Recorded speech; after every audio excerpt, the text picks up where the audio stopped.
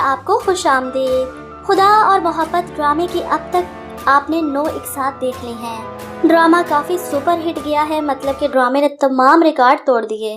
پہلی قسط 40 million views کے ساتھ پاکستانی ڈراموں میں سب سے نمبر 1 پر ہے۔ کسی بھی ڈرامے کے ساری ایک ساتھ کو اتنے ملین ویوز نہیں ملے ہوں گے جتنے اس کی ایک ایپیسوڈ کو مل گئے۔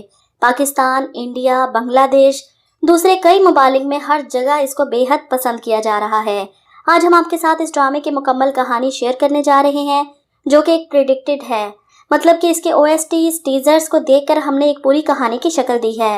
اور اس ڈرامے کی مکمل کہانی اور اینڈ جاننے کے لیے اس ویڈیو کو آخر تک ضرور دیکھیے گا، آگے شیئر بھی ضرور کیجیے گا۔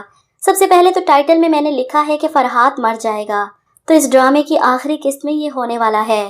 کیوں اور کیسے، تو یہ جاننے کے لیے تو آپ کو ویڈیو دیکھنی پڑے گی۔ تو شروع سے آپ کو کرداروں کے تعارف کروانے ضروری نہیں، کیونکہ ماشاءاللہ سے اس ڈرامے کے دیکھنے والوں نے ریکارڈ توڑ دیے ہیں۔ سب کو سب کے نام اور کردار زبانی یاد ہوں گے۔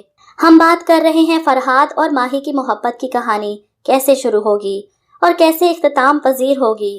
جیسا کہ اب تک آپ نے دیکھا کہ ماہی فرحات کی محبت کو قبول کرنے سے انکار کر رہی ہے، لیکن فرحات کی حالت جاننے کے بعد ماہی کو کافی دکھ ہوتا ہے۔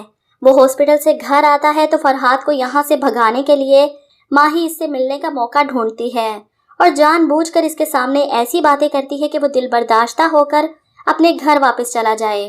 فرحات اپنے دل کی بات کرتا ہے تو جواب میں ماہی کہتی ہے، دلوں کی ضرورت کسے ہے فرحات، ہزاروں دل دھڑکتے ہیں آس پاس، ٹکے سے بکتے ہیں یہ جذبات۔ ماہی کی کوئی بھی بات فرحات کی محبت کو کم نہ کر سکی۔ ماہی کے دل کی سختی کب محبت میں بدل جائے گی اسے خود بھی اندازہ نہیں ہو پائے گا۔ یہاں تک کہ تیمور کے آئے رشتے پر ماہی جو خوش تھی، اب اسے وہی رشتہ گلے کا پھندا لگ رہا تھا۔ ماہی کی نظریں اب فرحات کو تلاش کر رہی ہیں۔ فرحات نے کبھی خود آگے بڑھ کر ماہی کے سامنے آنے کی کوشش ہی نہیں کی، کیونکہ وہ وعدہ کر چکا تھا کہ وہ یہیں پر رہے گا اور اپنی محبت کو آزمائے گا، لیکن کبھی ماہی کے رستے میں آ کر اسے رسوا کرنے کی کوشش نہیں کرے گا۔ فرحات کی یہی محبت ماہی کے دل میں اپنی قدر اور جگہ بنا لیتی ہے۔ اسے اب سانسیں لینا مشکل ہو جاتا ہے فرحات کے بغیر۔ ماہی کی بھابھی اس کی ساری کیفیات سے واقف تھی، اسے سمجھاتی ہیں کہ تمہارا رشتہ طے ہو چکا ہے، اب کچھ نہیں ہو سکتا، اور ویسے بھی تمہاری اور فرحات کی شادی ناممکن ہے۔ اگر تمہارے بھائی کو ذرا سا بھی شک ہو گیا تو فرحات کو گولیوں سے بھون ڈالیں گے، اس لیے بہتر یہی ہے کہ اس کی زندگی کی خاطر اپنی محبت کو دل کے اندر قید کر لو۔ ماہی اس رشتے سے انکار کرتی ہے کہ مجھے شادی نہیں کرنی بھابھی، آپ گھر والوں سے کہیں کہ مجھے ابھی شادی نہیں کرنی، پڑھنا ہے۔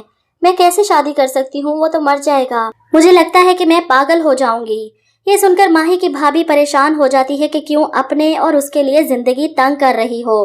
ماہی کی لاکھ کوششیں، تعویلیں، دلیلیں سب بیکار جاتی ہیں، کیونکہ رشتہ ہونے کا مطلب ہے زبان دینا، اور زبان سے پھرنے کا مطلب ہے گردن کٹوا لینا۔ اپنے مائیوں کا جوڑا پہن کر ماہی فرحات سے ملنے کے لیے گھر سے بھاگتی ہے، کیونکہ فرحات اس کی شادی کا سن کر مزید اس حویلی میں نہ رہ سکا۔ مجنوں بنا وہاں سے نکل کر اسٹیشن پر جا کر بیٹھ جاتا ہے۔ ماہی کو جب پتہ چلتا ہے کہ فرحات چلا گیا تو اس کے پیچھے بھاگتی ہے۔ اس کی بھابھی اس کے قدم دہلیز سے باہر رکھنے سے پہلے ہی اسے کھینچ لیتی ہیں۔ ماہی بے ہوش ہو جاتی ہے۔ ہوش آنے پر ماہی کی بھابھی اسے سمجھاتی ہے کہ فرحات سے یہ سب نہیں دیکھا جا رہا، وہ چلا گیا، اب تم بھی خود کو سنبھال لو، خاندان کی عزت تمہارے ہاتھ میں ہے۔ ماہی روتی تڑپتی ہے کہ بھابھی ایک بار میں اس سے ملنا چاہتی ہوں، معافی مانگنا چاہتی ہوں، تبھی میرے دل کو سکون ملے گا۔ اب یہاں پر کہانی میں ٹویسٹ تب آئے گا جب ماہی کو پتہ چلتا ہے کہ فرحات اسٹیشن پر ہی موجود ہے، دیوانہ ہو چکا ہے، دن رات وہیں پر پڑا رہتا ہے۔ ماہی چھپ چھپا کر نکاح سے پہلے اس کے پاس جاتی ہے، اس کے سامنے ہاتھ جوڑتی ہے کہ خدا کے لیے مجھے معاف کر دو، مجھے بد دعا مت دینا، مجھے تمہاری بد دعا سے بہت ڈر لگتا ہے۔ فرحات اسے کہتا ہے، میں تمہیں کیا بد دعا دوں گا جب میری دعائیں ہی قبول نہیں ہوئی۔ ماہی کے آنسو فرحات کو تڑپا دیتے ہیں، وہ معافی مانگ رہی ہے، آنکھوں ہی آنکھوں میں گزارش کر رہی ہے، پھر اٹھ کر واپس چلی جاتی ہے۔ لیکن یہاں سے فرحات بھی اٹھ کر ٹرین میں بیٹھتا ہے اور دھکے کھاتا آخرکار ملتان کے دربار تک پہنچ جاتا ہے۔ ماہی کی غیر موجودگی شاید اس کی بھابھی چھپا لے، اور واپس آنے پر ماہی سرخ جوڑا اٹھا کر زمین پر پٹک دیتی ہے۔ پاگل ہو جاؤں گی، مجھے نہیں پہننا یہ۔ بھابھی اس کا روگ میں نے ایک پل کے لیے اس کی آنکھوں میں دیکھا، اتنی آگ اپنے اندر وہ لے کر بیٹھا ہے۔ مجھے اس سرخ جوڑے میں فرحات کی محبت کا خون نظر آ رہا ہے، مجھے نہیں چاہیے ایسی زندگی، نہیں چاہیے ایسا کوئی رنگ۔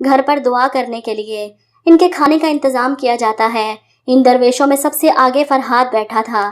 اسے دیکھ کر ماہی کی آنکھوں میں آنسو آ جاتے ہیں، جبکہ فرحاد بھی تڑپ کر رہ جاتا ہے کہ آج اس بے وفا کی چوکھٹ پر بیٹھا ہوں، اسی کے لیے دعا کرنے کہ اس کی زندگی میں خوشیاں آ جائیں۔ ماں جی ماہی کے لیے دعا کروا کر اسے اندر لے جاتی ہیں، جبکہ فرحاد سے وہاں بیٹھا نہیں جا رہا۔ ماہی اندر جا کر روتی ہے، چیختی چلاتی ہے، اپنی بھابھی سے کہتی ہے کہ بھابھی میرا دل پھٹ جائے گا، خدا کے لیے آپ اسے کہہ دیں کہ یہاں سے چلا جائے، مجھ سے اس کی حالت نہیں دیکھی جا رہی۔ جبکہ دوسری طرف فرحاد کی محبت میں اس کا انتظار کرنے والی اس کی پڑوسن بھی گھر والوں کے دباؤ کے بعد رخصت ہو جاتی ہے۔ ادھر رومانہ سکندر کی محبت میں اس قدر پاگل ہو چکی ہے کہ اسے چھوڑنے کا تصور بھی نہیں کر سکتی۔ سکندر اپنی ماں کے سامنے بے بس ہے۔ رومانہ اسی سلسلے میں دربار جاتی ہے دعا کروانے کے لیے۔ فرحاد کے سامنے ہاتھ جوڑتی ہے کہ اس کے لیے دعا کرے کہ اس کا محبوب اس سے کبھی دور نہ ہو۔ فرحاد کے چہرے پر دکھی مسکراہٹ آ جاتی ہے، جو اپنے لیے دعا نہ کر سکا وہ تمہارے لیے کیا کرے گا۔ رومانہ کا یوں بار بار دربار جانا سکندر کو کافی پریشان کرتا ہے۔ بالآخر وہ اس جوگی سے ملنے دربار آتا ہے۔ سنا ہے میں نے کچھ اور بھی بیمار ہیں جو اپنے طبیب کی تلاش میں یہاں دربار آتے ہیں۔ آخر ایسی کیا شفا ہے تمہارے پاس؟ جس پر فرحاد کہتا ہے کہ کاش میرے پاس کوئی شفا ہوتی، میں تو خود کسی کی شفا کی طلب میں دربدر بھٹک رہا ہوں۔ جس پر سکندر کہتا ہے کہ جوگیوں کے جوگ کبھی ختم نہیں ہوتے، ہاں البتہ روگ لگ جائے تو ساری زندگی ساتھ نبھاتے ہیں۔ دوسری طرف ماہی کی حالت دیکھنے کے بعد اس کی بھابھی اپنی ساس کو ساری بات بتا دیتی ہے کہ کس کی بددعا لگ گئی ہماری ماہی کو، کس کی محبت کو آزما کر ماہی نے خود کو برباد کر لیا۔ ساری بات بتانے پر بڑی سرکار اپنی بیٹی کو گلے لگاتی ہیں، کاظم شاہ کے سامنے ہاتھ جوڑ دیتی ہیں کہ میں آج ایک ماں بن کر آپ سے اپنی بیٹی کی خوشیوں کی بھیک مانگ رہی ہوں۔ وہ چاہتی ہیں کہ ماہی کی شادی فرحاد سے کر دیں۔ باپ تو پگھل جاتا ہے بیٹی کی تکلیف کے آگے۔ بڑی سرکار ماہی کے سسرال ماجی سے بات کرنے جاتی ہیں، انہیں منانے کے لیے، انہیں بتانے کے لیے، لیکن ناظم شاہ سے یہ کیسے برداشت ہو سکتا ہے۔ وہ غصے میں آپے سے باہر ہو جاتا ہے، پستول لے کر ماہی کے سسرال پہنچتا ہے۔ میں اسے جان سے مار دوں گا، اس کی شادی اس بھگوڑے سے نہیں ہونے دوں گا۔ مجھے اگر پتا ہوتا کہ وہ ماہی کے لیے ہمارے گھر آیا ہے تو وہیں پر زمین میں گاڑ دیتا، لیکن یہاں پر بڑی سرکار اس کے سامنے آ جاتی ہیں۔ بہن کو گولی مارو گے، شرم نہیں آتی؟ اور اس کی حالت تو دیکھو، خدا سے ڈرو ناظم، بد دعا سے ڈرو۔ سکندر بھی بیچ میں آ جاتا ہے کہ ماہی ہمارے گھر کی عزت ہے، اسے رخصت کر چکے ہو اور اب ہم اس کی شادی خود اپنی مرضی سے کریں گے، جہاں مرضی کریں۔ ماہی ماں جی کو راضی کر لیتی ہے کہ سکندر کی بیوی رومانہ کو قبول کرنے کے لیے، کہ دو پیار کرنے والوں کو الگ کر کے بد دعا نہ لیں۔ اس کے بعد آخری قسط میں آپ دیکھیں گے کہ سکندر، رومانہ اور ماں جی خود ماہی کو دربار لے کر آتے ہیں فرحاد کے پاس۔ فرحاد کو اس کے آنے کا پتہ چل جاتا ہے۔ اندر بیٹھے وہ پلٹ کر دیکھتا ہے، آنکھوں سے آنسو نکلتے ہیں، ماہی بھی رو رہی ہے۔ ایسے میں اچانک فرحاد منہ پھیر لیتا ہے۔ ماہی حیران ہے کہ آج میں خود اس کے پاس چل کر آئی ہوں، لیکن یہ منہ کیوں پھیر رہا ہے؟ وہ آگے بڑھتی ہے، فرحاد کو بلاتی ہے اور فرحاد کو ہلانے پر وہ وہیں گر جاتا ہے۔ وہ آخری سانس تھی جو اس نے ماہی کو دیکھ کر لی، کیونکہ محبت میں وہ اتنا آگے نکل چکا تھا کہ اب دنیا کی محبت اس کے لیے بے معنی رہ گئی تھی۔ اس کے بعد ماہی اس کے گلے کا تعویذ اپنے گلے میں ڈال لیتی ہے، اپنے گھر میں جوگی بن جاتی ہے، روگ لگا لیتی ہے، اس کی یاد میں اپنی باقی کی زندگی گزارتی ہے۔ جبکہ فرحاد کے گھر والوں کو نثار صاحب، ان کی بیوی اور بیٹی خود فیدی کی موت کی خبر دینے آتے ہیں۔ باپ کے پیروں تلے سے زمین نکل جاتی ہے۔ فرحاد کی ماں یہ خبر سن کر وہیں بے ہوش ہو جاتی ہے، جبکہ بہن کا رو رو کر برا حال ہے۔ خدا اور محبت کے سیزن 3 میں فرحاد کی موت سب دیکھنے والوں کو رلا کر رکھ دے گی۔